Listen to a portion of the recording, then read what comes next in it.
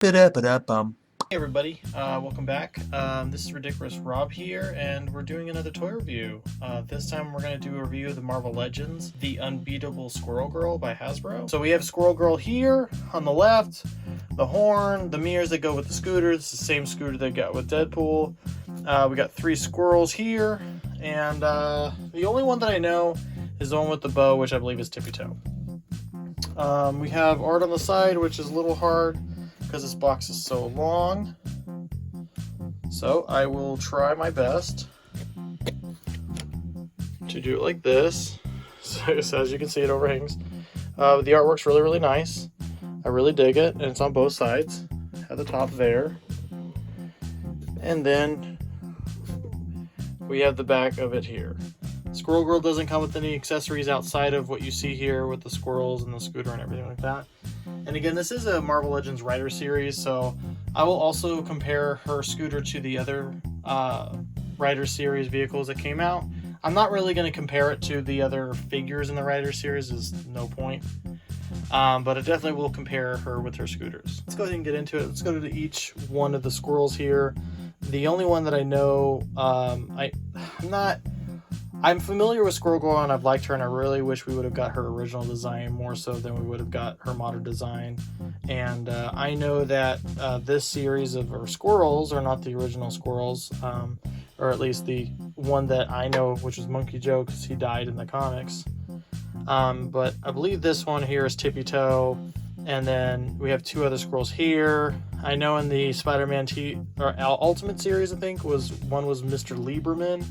So, but we can get some close-ups of the actual squirrels themselves, if you so you can get the lighting right. So, I think they did a really good job with the squirrel. They even painted the acorn in his mouth, and overall really, really good.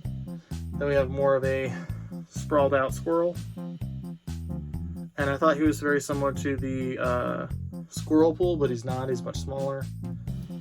And the last one here, which I believe is Tippy Toe, because the bow.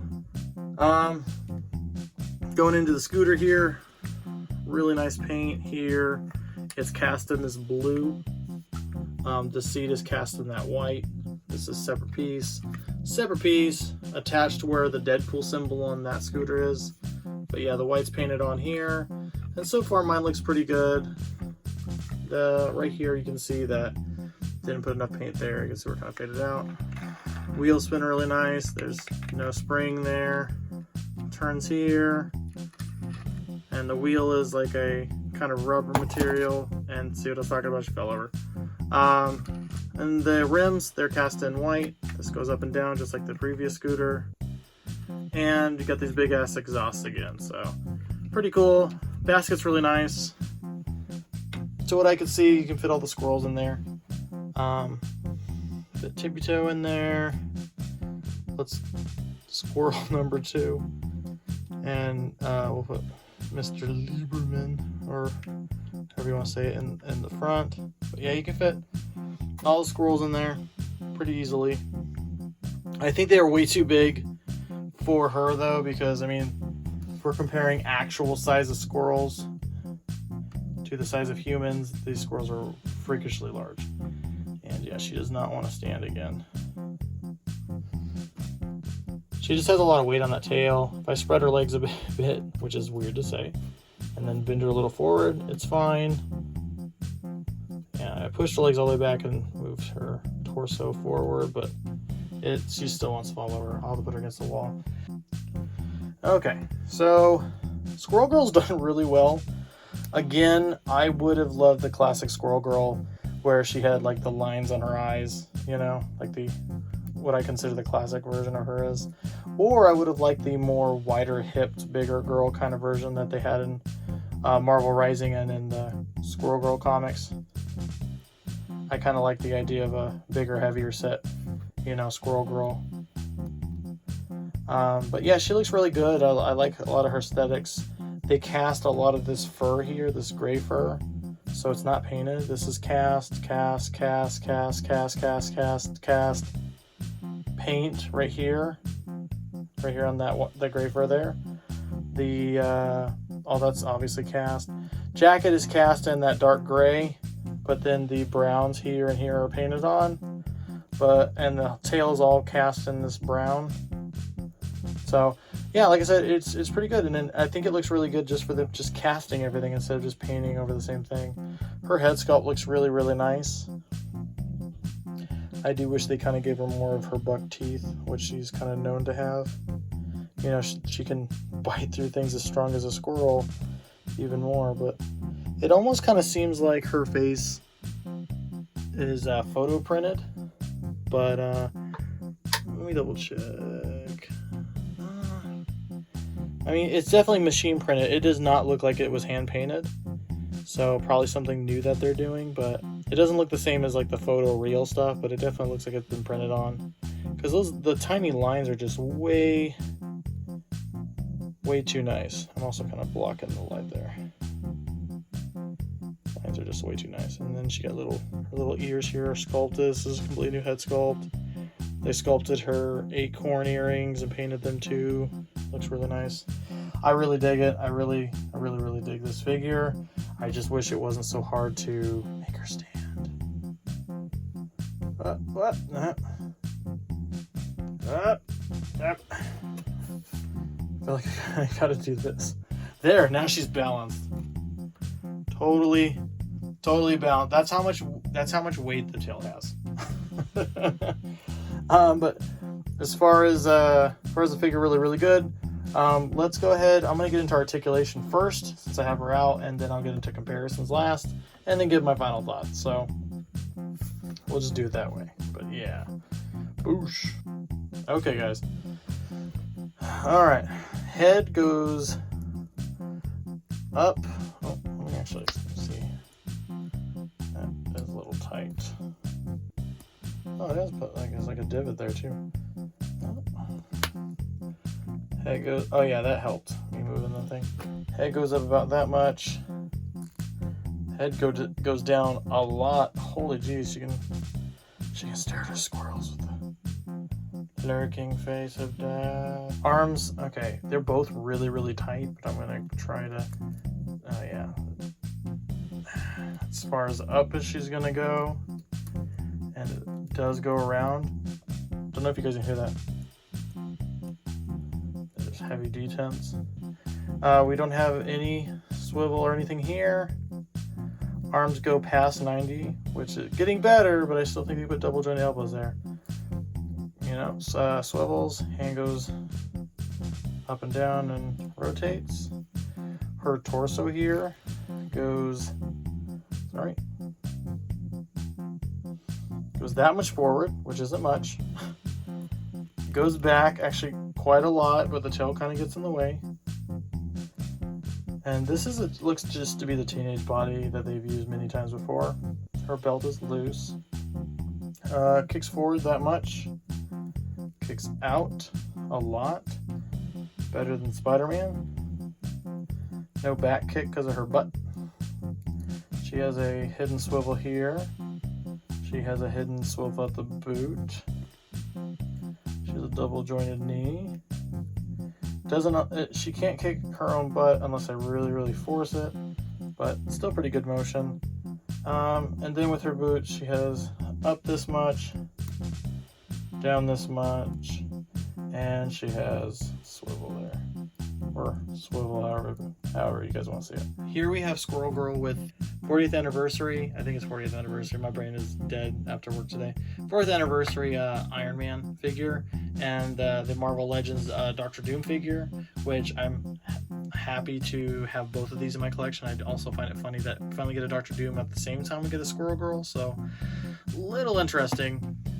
I'm gonna leave her after this. I already fixed her once. She just keeps falling over. Squirrel Girl with the Hasbro Power Rangers Lightning Collection Lord Draken, and the Star Wars Black Series Luke Skywalker in the X-Wing suit. Here's Squirrel Girl with the NECA Teenage Mutant Ninja Turtles movie Michelangelo, and the Mezco Sovereign Knight Batman. Here she is with the SH Figure Arts Street Fighter Ryu and the SH Figure Arts Dragon Ball Super Gogeta. And we're going to do one more extra comparison. Here we have Squirrel Girl with the Marvel Legends Deadpool. We have also the Marvel Legends Jim Lee Wolverine. Well, and the Marvel Legends Miss Marvel, who she's been friends with in many iterations. She's also had friendships, relationships, co-workers with both Deadpool and Wolverine, and also she's been in Spider-Man's TV show, The Ultimate Spider-Man. These are all the ones that I have, including Professor X's chair. Professor Xavier's chair is technically a writer's series, and it was pretty large. I couldn't fit it on the screen with everything else. As you can see here, the scooters are the same exact sculpt. I have them here side by side. They're just mild paint differences. Primarily, you know, like for the Deadpool scooter, which I have covered in stickers, you have the Deadpool symbol here, or here they attached a basket to the front of this. The tires are the same.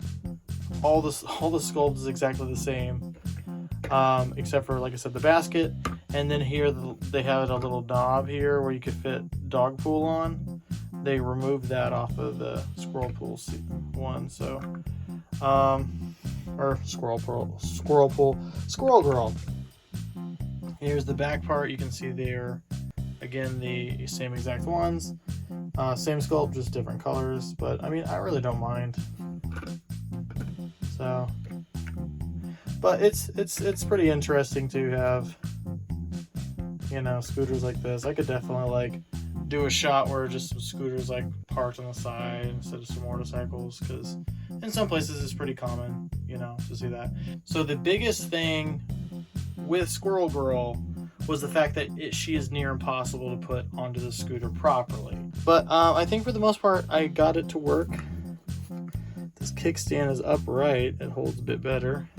But yeah, this arm here primarily, yeah, see, she couldn't hold on to it at all. So, yes, she can sit on it. No, she can't hold on to it. Hasbro did not design her well enough to actually utilize the scooter. You're going to have to change her hands out to make her grab it. And you're going to have to get her legs right. So, again, I don't think it's impossible. I just think it's annoying instead of making it easy. Especially just not giving her the proper hands to utilize it. Here, I'll put her hands out to make her stand. Counterweight a little bit. But yeah, mine, I don't know if it's mine exactly, but her arms don't want to go in far enough to both grab onto the handlebars. She, I think, is going to fall over in a second. But I don't know. Final verdict on... Yeah, there she goes. So, as you can see, the biggest problem with her is that tail. I wish they would have made the tail hollow. It seems like it wants to be hollow, like this top part's soft, you know? But, I don't know, I feel like they could have made it lighter. And maybe a harder plastic would have... Like a thinner, harder plastic. But then again, it could break, so... I kind of get they were stuck in a weird spot. But overall... Here, let me put the squirrels there. Let me put the squirrels over here. So, I don't know, overall, for me, out of 10 for this figure, she's still a 7. The figure looks great.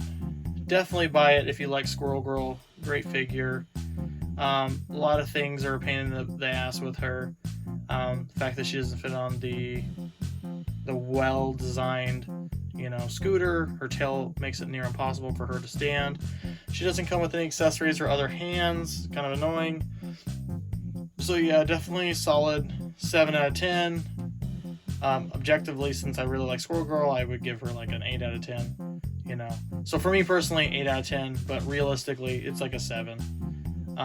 They did a lot of good things here, but they just didn't do enough to warrant the price tag, as well as the quality just is much lower than I thought it'd be. But anyways, guys, thank you so much for watching.